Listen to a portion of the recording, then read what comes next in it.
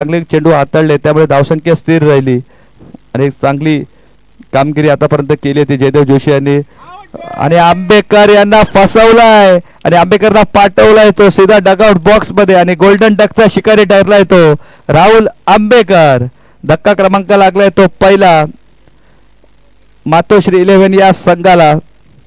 New batter मैदानामध्ये जातील पण तोपर्यंत आशिष मिश्रा यांचं बी कौतुक करेन कारण आशिष मिश्रा यांनी सामना सुरू व्हायच्या आधीच आपले ज्येष्ठ खेळाडू आशिष मिश्रा यांच्याकडून काहीतरी टिप्स घेतल्या की मैं कौन से टप्पे पे गोलंदाजी करूं, कौन से टप्पे पे मैं गेंद को रखूं, और वही हिसाब से उसने वो गेंद रखी of term two of term गोलंदाजी की और उस पर सफलता हासिल की और फलंदाज हो गया बाद.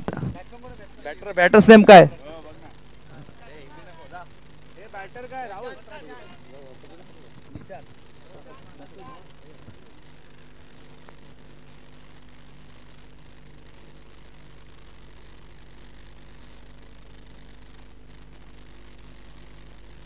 धन्यवाद पिंटे जोशी. आपण पाहतो इथे मात्र फटका या दरम्यान चांगला पाहायला मिळतोय मात्र रनआउटची संधी आहे.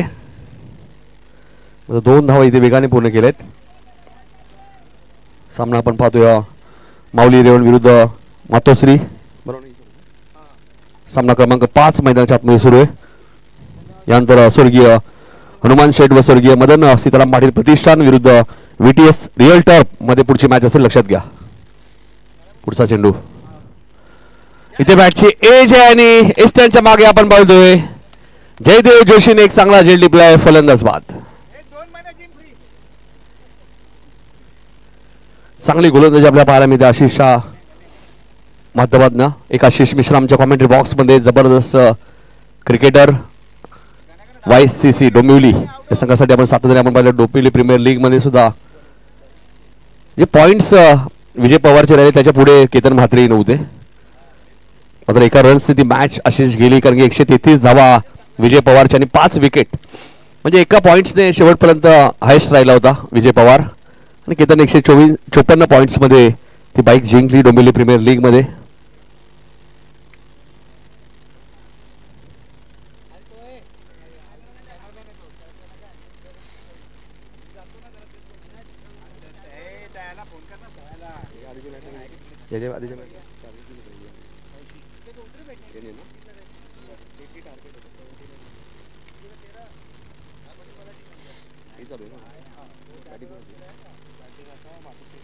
मातोश्री संघ प्रथम बॅटिंग करत असताना आपण पाहतोय फुल टॉस बॉल होता. गणेश आले बॅटिंग करण्यासाठी.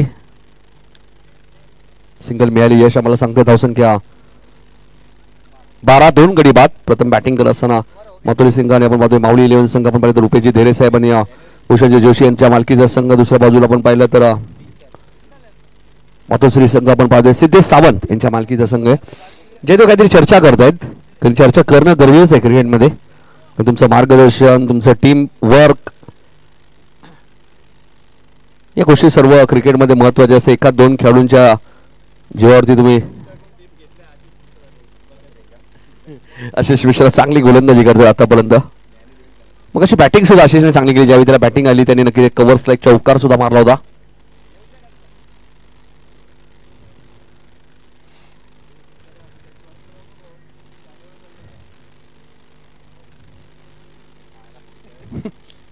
पुढचा बॉल चांगली गोलंदाजी व्हेरिएशन तुम्हाला पाहायला मिळतं आशिष मिश्राकडे. काय जबरदस्त गोलंदाजी कारण ज्ञानेश्वर जोशी सारख्या फलंदाजाला थोडस शांत ठेवलं बघा. हा लेग कटर तुम्हाला पाहायला मिळालाय. पडल्यानंतर थोडासा बाहेर निघालाय त्यामुळे ज्ञानेश्वर जोशीला हा चेंडू समजला नाहीये. मातोश्री संघ पहिल्याही मॅच मध्ये पराभूत झाला होता त्यामुळे ही मॅच त्यांच्यासाठी महत्वाची. कारण जर तुम्हाला फायनल मॅच खेळायची असेल तर नक्कीच टॉप 1 आणि 2 वरती राहायला लागेल. मात्र इथे ज्ञानेश्वर जोशीची विकेट मिळाली आहे. आशिष मिश्राने घेतली महत्वाची विकेट.